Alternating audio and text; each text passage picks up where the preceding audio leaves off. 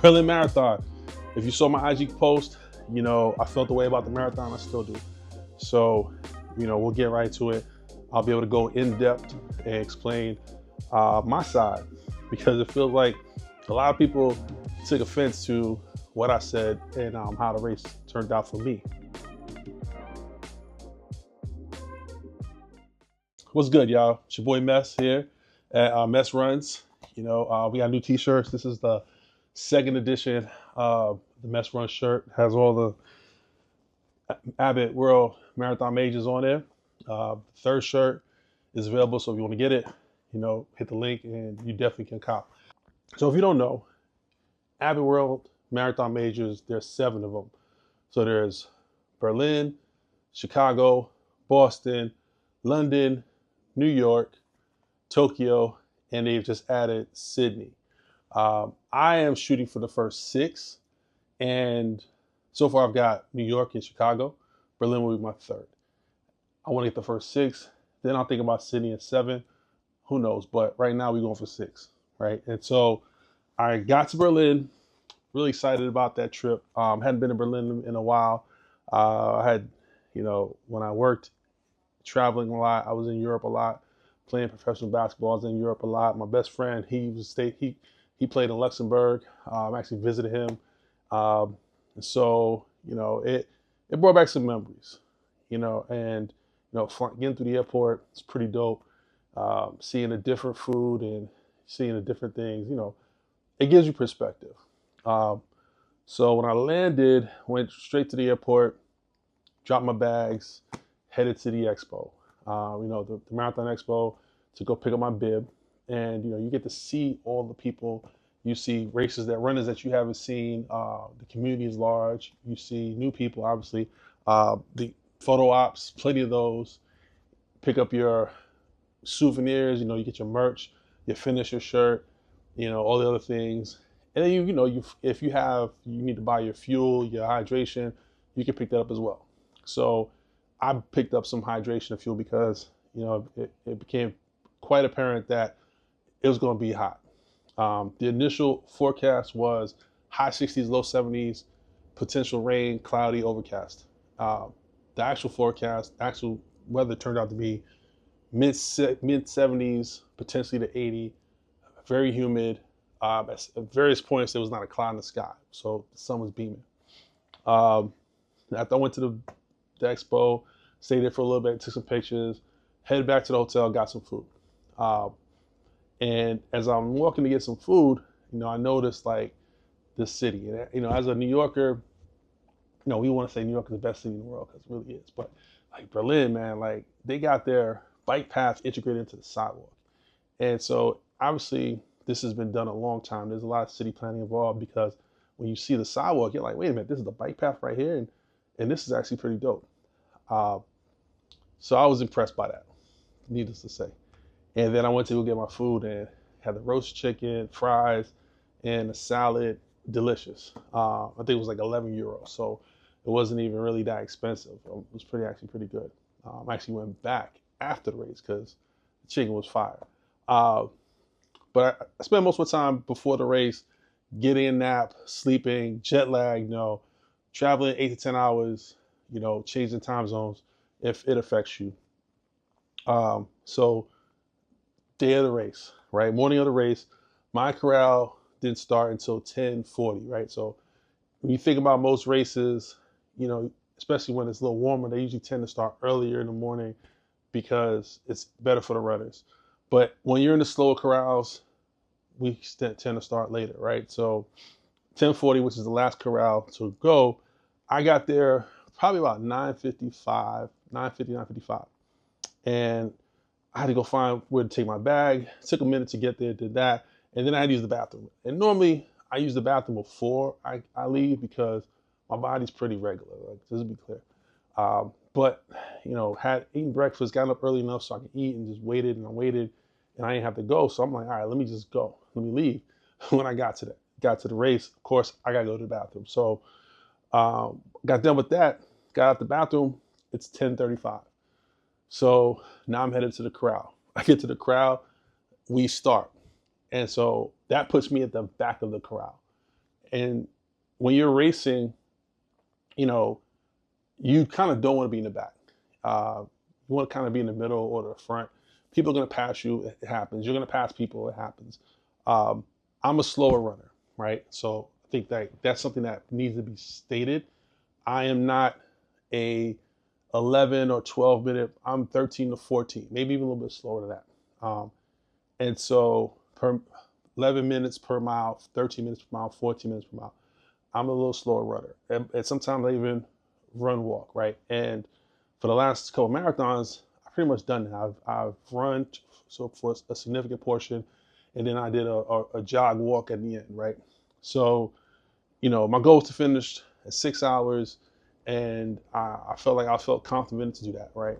In under 6 hours. So the race starts, and the first hydration station is at 5K. No problem. My plan is always to gel at every 3 miles anyway.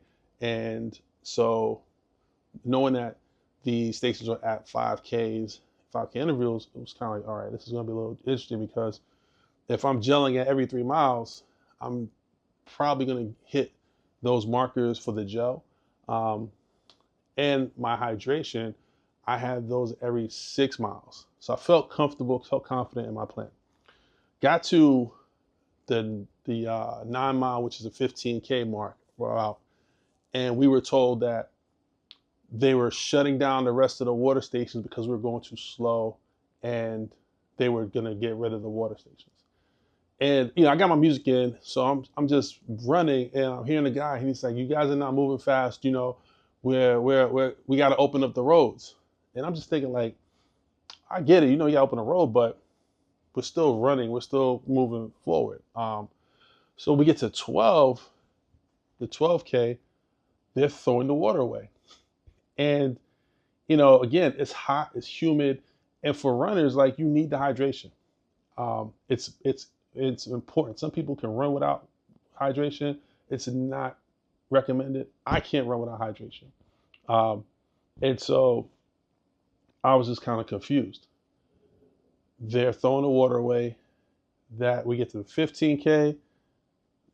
Again, we're getting there right, and they're throwing the water away. And so I felt demoralized at some point. I also felt like we were abandoned on the route. People were moving. It wasn't like, we were all chilling like we were moving. Now, I'm not being able to hydrate. I got a pocket full of gels. I can't eat them because to eat the gel, and you need the water to wash it down. I have a pocket full of electrolytes. I was able to drink the first one, but I can't get to the second one. Stopped at a store to buy some water. So I bought a big container of water, drank half of that, gelled, used the rest for electrolyte. Okay, moving forward.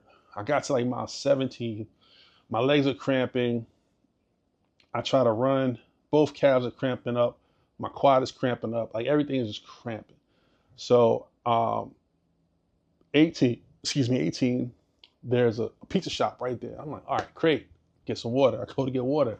The guy's like, you need to spend €10 to buy a $2.50. I'm like, I just need a water. Like, I'm dying. I just need water. In hindsight, I should have just bought 4 bottles of water and handed them out to people, but I was just thinking, like, man, I just need water. So I kept going. Maybe a little bit further down the road, this girl had a hose. So she filled up my bottle with the hose. I put my electrolytes in, drank that, filled it up again, drank some water, got some gel. Filled it up a third time just to carry with me. Thanked her. I mean, she was a blessing. Kept running. Saw a man down maybe about mile 20. He had like 3 waters on him. He gave us one, drank the water. So, I'm looking at my time, and I'm like, all right, well, I'm trying to get there. I'm moving a little faster. My legs are not cramping as much. But I'm moving a little faster. I'm in okay. I'm averaging about 14 minutes a mile. So, it'll be close. We get to 21, and they blockade off the route, and they say you're not going to make it before the time, and we're going to pull you off the route. And I felt the way about that, because it's like, why did you pull us off the route? Well, there's no water, there's no support. We got to open the roads, all these things. They gave us all these reasons. And in my mind, I'm thinking like, well, you didn't have any water for us since like the 15K mark, right? We've been unsupported in this race this whole time, and we've been moving forward. So, it's a bus full of us. We're sitting there talking. I'm cramping up. My feet are hurting. Everything's hurting. And they make an announcement. They say, we're going to take you back. We're going to drop you off. We're going to take your numbers. We're going to give you all medals. And, normally I feel like, obviously, when you don't finish, you don't get a medal. And, nothing counts. But I do feel that they understood that they should not have pulled the water stations from us, because that was a direct hindrance to us making our times and actually finishing on time.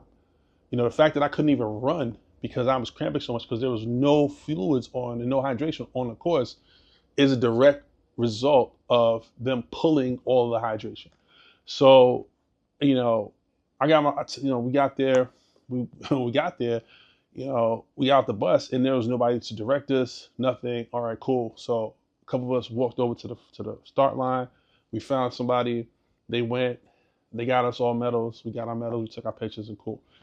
And it's definitely an interesting situation. I went to Brandenburg Gate because I was leaving, and I got off and took the train to the gate, and I said, you know what, let me take this picture by the gate because it's probably gonna be another couple of years before I come back to do this race to actually finish and earn my star. But let me take this picture now because I did something. 21 miles is not nothing, right?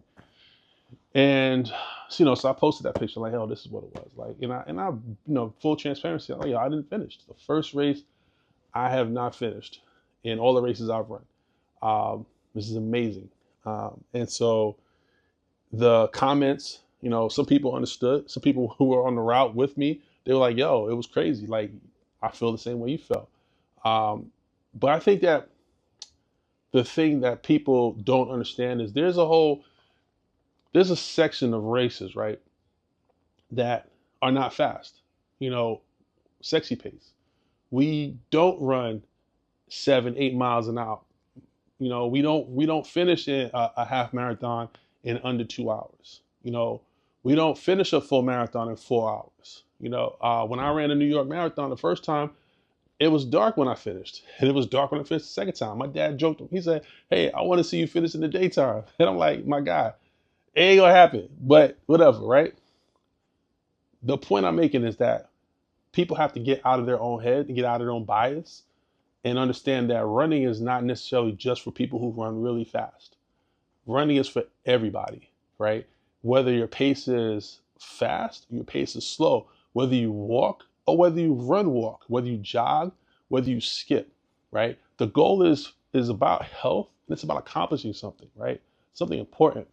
And for people to be very negative, and my point, actually, I feel like people being very ignorant and not understanding what the circumstances were that we were facing to just go off.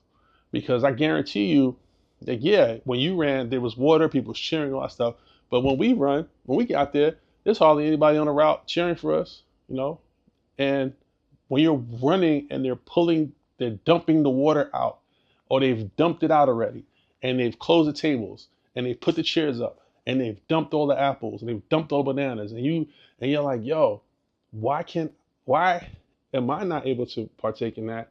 Because I'm running too slow, but I'm still running within the time to finish under the allotted time. So make that make sense. There has to be a conversation about people who don't run fast, to give them grace and understand that their pace is just as important and their race is just as important as the people in the front who break records and run really fast. There has to be that conversation. And whether that be Berlin, whether it be Boston, they keep lowering their times to qualify, right? You're making it so that you're going to start to exclude people and exclude a whole subset of people who really like to run and want to race and enjoy the time and enjoy being out there. So I hope this was beneficial. For me, you know, the lessons I've learned, um, multitude, but I do want to get faster, right?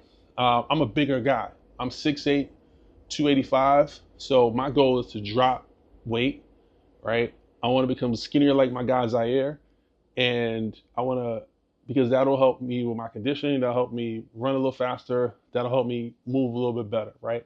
That's my goal. I'm not going to run any marathons next year. My goal for 2026 is to get stronger so that I can be do very well in 27. Because guess what? Tokyo. If I get into Tokyo, you got to finish at a certain time, right? You've actually got to cross the 5K and the 10K at a certain time, or they will pull you from the route. I said Boston, you got to qualify at a certain point. And now, obviously, Berlin, I want to be up in the front, right? I want to get there early, be in the front of the corral, and I want to crush it, you know. So those are my goals. Um, I got my medal. I haven't worn it since I got it, right? And I got my shirt. It's probably gonna go in a drawer, and you know, I feel like mission is not accomplished, right? Mission is not done. Still work to do. So, for the people who feel like it's stolen valor or whatever the case is, well, maybe you could take some solace in knowing that I'm not going to wear my medal again, and I'm not going to wear the finisher shirt because I didn't finish, and they'll go on a draw.